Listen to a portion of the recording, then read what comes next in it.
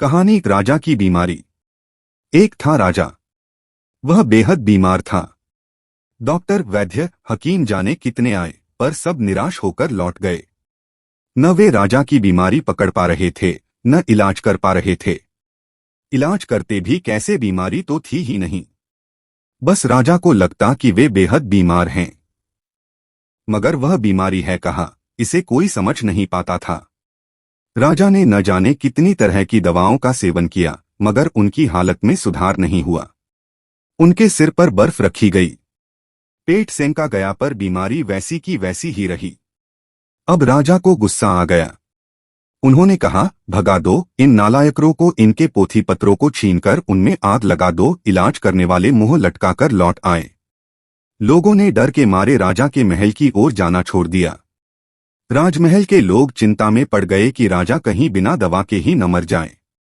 ऐसे समय न जाने कहां से एक सन्यासी का आगमन हुआ।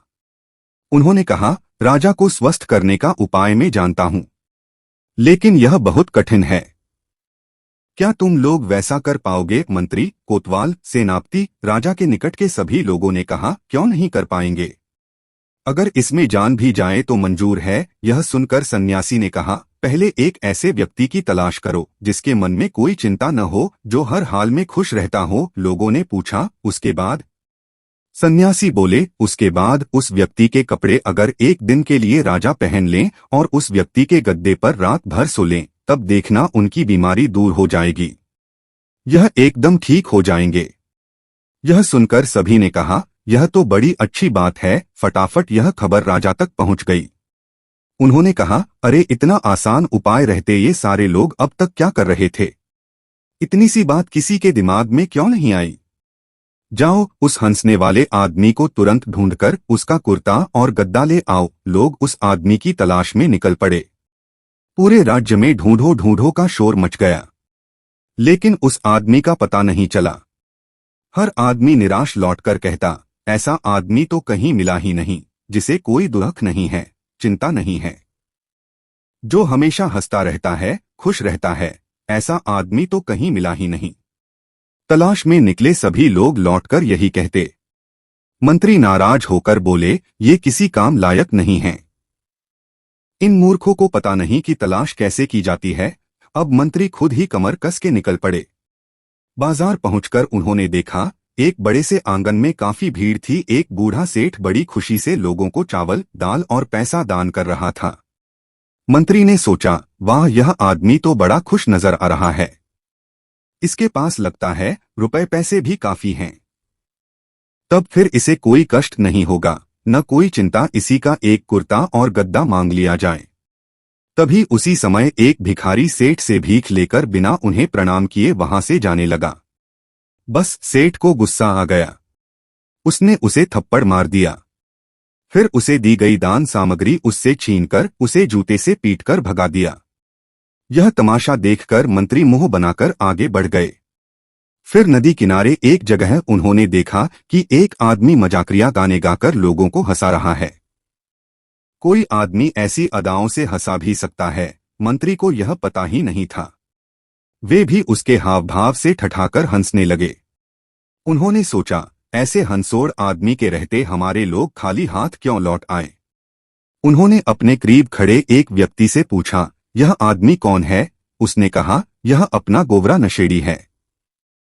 अभी आप इसे देख रहे हैं कि यह कितना खुशमिजाज है, मगर शाम को शराब पीने के बाद इसका हुल्लड़ और उत्पात शुरू हो जाता है।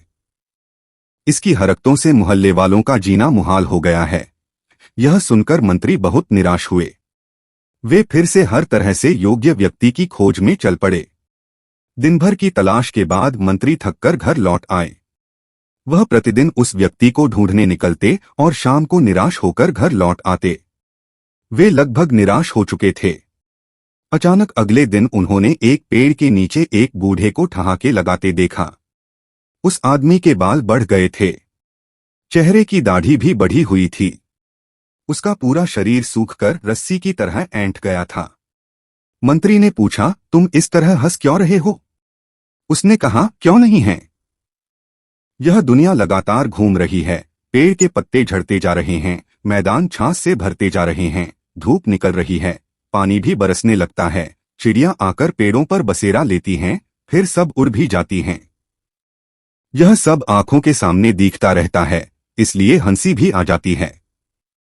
मंत्री ने कहा, खैर यह सब तो समझ गया, लेकिन सिर्फ इस तरह बैठकर हंसते रहने से तो काम नहीं चलता। तुम क्या कोई काम धाम नहीं करते? फकीर बोला, क्यों नहीं करता?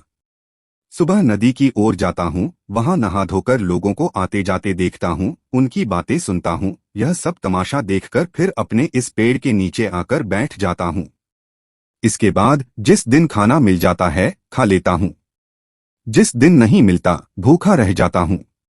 जब घूमने की इच्छा करती है घूमने चल पड़ता हूँ, जब सोने की इच्छा होती है सो जाता हूँ। कोई चिंता भावना उठा पटक किसी से कोई मतलब नहीं, बड़ा मजा है। मंत्री सिर खुजलाते हुए बोले, जिस दिन खाने को नहीं मिलता उस दिन क्या करते हो? फकीर बोला, उस दिन तो कोई झंझट ही नहीं, चुपचाप बैठा बैठा दुनिया का तमाशा देखता रहता हूँ। बल्कि जिस दिन खाने को मिल जाता है उस दिन ज्यादा झमेला करना पड़ता है। भात सानो, उसका कौर बनाओ, उसे मुंह में डालो, चबाओ, निगलो, इसके बाद पानी पियो, कुल्ला करो, हाथ मुंह पोंछो, कितना कुछ करना पड़ता है। मंत्री ने देखा कि इतने दिनों बाद जाकर अब सही व्यक्ति मिला है। उन्होंने कहा, अपने पहनने का एक आंख कपड़ा दे सकते हो? इसके लिए तुम जितने पैसे चाहो मैं दे सकता हूँ। यह सुनकर वह व्यक्ति थड़े जोर से हंसा, बोला, कपड़े? अभी उस दिन एक आदमी ने मुझे एक चादर दी थी, उसे एक भिखारी को दे दिया। कपड़े वपड़े के चक्कर में मैं कभी पड़ता नहीं। मंत्री ने कहा, तुमने तो मुझे मुश्किल में डाल दिया। किसी तरह एक आदमी मिला भी तो उसके बदन पर कपड़ा नहीं। खैर कोई बात नहीं, तुम अपना गद्दा ही मुझे दे दो, इसके लिए जितने पैसे तुम चाहो मुझसे ले लो। फकीर हंसते हंसते लोटपोट हो गया।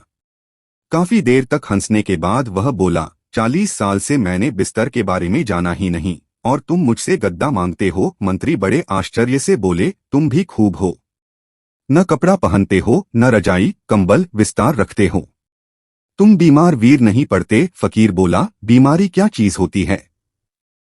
जो लोग बीमारी के बारे में सोचते रहते हैं ये ही बीमार पड़ते हैं, बीमारी उन्हें ही दबोचती है। यह कहकर उसने पेड़ से टेक लगाई और पैर फैलाकर फिर से हंसने लगा।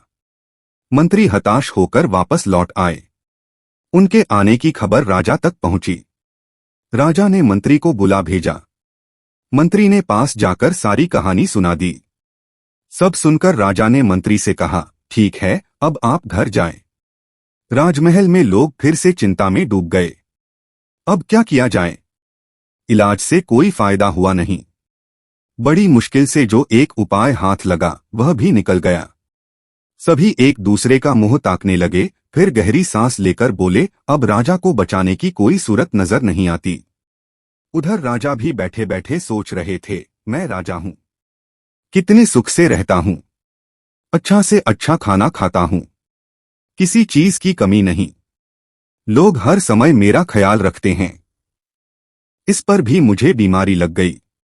और इस फकीर को देखो, जिसका न कोई आगे है न पीछे, जिसके बदन पर कपड़े नहीं, सोने के लिए बिस्तर नहीं, सिर्फ पेड़ के नीचे पड़ा रहता है, जो मिल जाता है खा लेता है। ऐसा आदमी कहता है कि भला बीमारी क्या चीज है? यह फकीर होकर बीमारी की परवाह नहीं करता और मैं राजा होकर बीमारी से डरता हूँ। दूसरे ही दिन राजा ने सुबह उठने के बाद अपने खास दरबारियों को बुलाकर कहा, तुम सब के सब बेवकूफ और निकम्मे हो, तुम लोगों से कुछ करते नहीं बना, लेकिन देखो अपनी बीमारी मैंने खुद ही ठीक कर ली है। आज से मैं फिर से पहले की तरह दरबार में बैठूंगा और जो जरा भी बेअदबी करेगा उसकी गर्दन उड़ा दूंगा। वीडियो अच्छी लगी है तो लाइक करें। ऐसी ही अन्य प्रेरणादायक हिंदी कहानी देखने के लिए हमारे चैनल को सब्सक्राइब करें।